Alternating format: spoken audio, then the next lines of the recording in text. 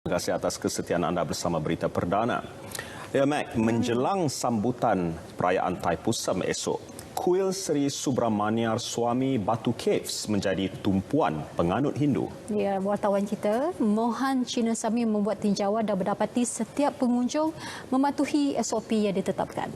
Manakala pasukan keselamatan pula, termasuklah polis dan angkatan tentera melakukan pemantauan rapi.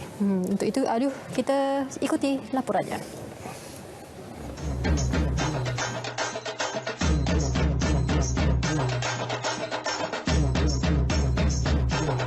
Walaupun sambutan Hari Thaipusam tidak semeriah 2 tahun lalu, masih ramai penganut Hindu yang hadir menunaikan nazar dan sembahyang hari ini menjelang sambutan esok.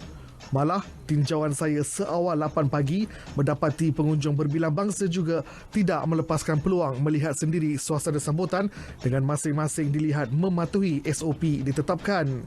Pedati juga dilihat telah tiba lebih awal ke Kuil Sri Subramaniar Swami dari Kuil Sri Mahamariamman Jalan Tun HS Lee jika dibandingkan dengan sambutan Hari Thaipusam sebelum ini. Jelas setiausaha Kuil Sri Subramaniar Swami Batu Cave, Setubadi Kumarasamy, kod QR MySejahtera, pengimbas suhu badan serta tag khas disediakan bagi pengunjung yang membawa palkodam atau belanga susu. Dari segi pihak kuil, walaupun kita menguruskan kuil, bagi kita nyawa masyarakat adalah lebih penting. Jadi dengan adanya SOP ini, bolehlah dikatakan ianya telah membawa penyedaran di kalangan masyarakat. Itu yang penting. Bagi penganut Hindu yang hadir ke kuil berkenaan, mereka berpuas hati dengan SOP yang ditetapkan sekaligus yakin keselamatan dan kesihatan mereka terjamin ketika menunaikan nazar. Pasal kita perlu ikut SOP ini, jangan merebakkan coronavirus dekat siapa-siapa. Kalau kita ikut SOP ini, bagus untuk diri kita sendiri. Kita kena scan, pergi mana pun kena scan, baru kita boleh tahu kita dah vaksin ke belum, semua kita boleh tahu.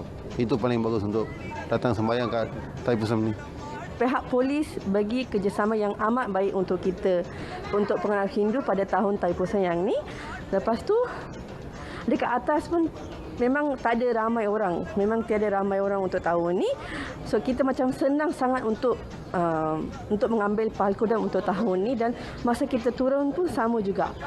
Pihak penganut Hindu memang amat rasa bangga dengan SOP ketat yang memang macam ni untuk tahun Thaipusam ni.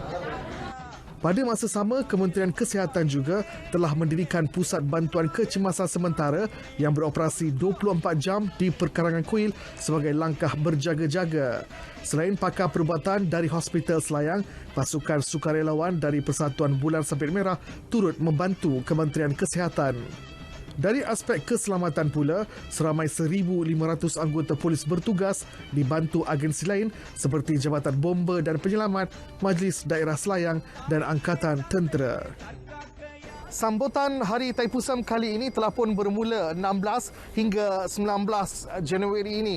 Apa yang pasti adalah penetapan SOP yang ketat oleh kerajaan bukan sahaja di Kuil Sri Subramaniar Batu Cave ini, tetapi juga di kuil-kuil lain berikutan mengelakkan penularan wabak COVID-19. Dan satu lagi, hasil pemerhatian saya di kuil ini mendapati orang ramai termasuk penganut Hindu mematuhi SOP yang telah ditetapkan, di mana hanya palkodam sahaja dibenarkan. Selain itu, kemudahan-kemudahan lain juga telah saya kenal pasti di sini, iaitu kemah khas oleh Kementerian Kesihatan bagi menjaga keselamatan dan kesihatan penganut dan juga orang ramai yang berkunjung ke kuil ini. Selain itu juga kerjasama bagi perlindungan keselamatan oleh PDRM, Angkatan Tentera Malaysia dan juga pihak Bomba. Ini jelas menunjukkan bahawa kawalan ketat telah pun dilaksanakan semata-mata untuk mengelakkan berlakunya penularan wabak COVID-19 di negara. Mohan Chinnasamy, Berita RTM.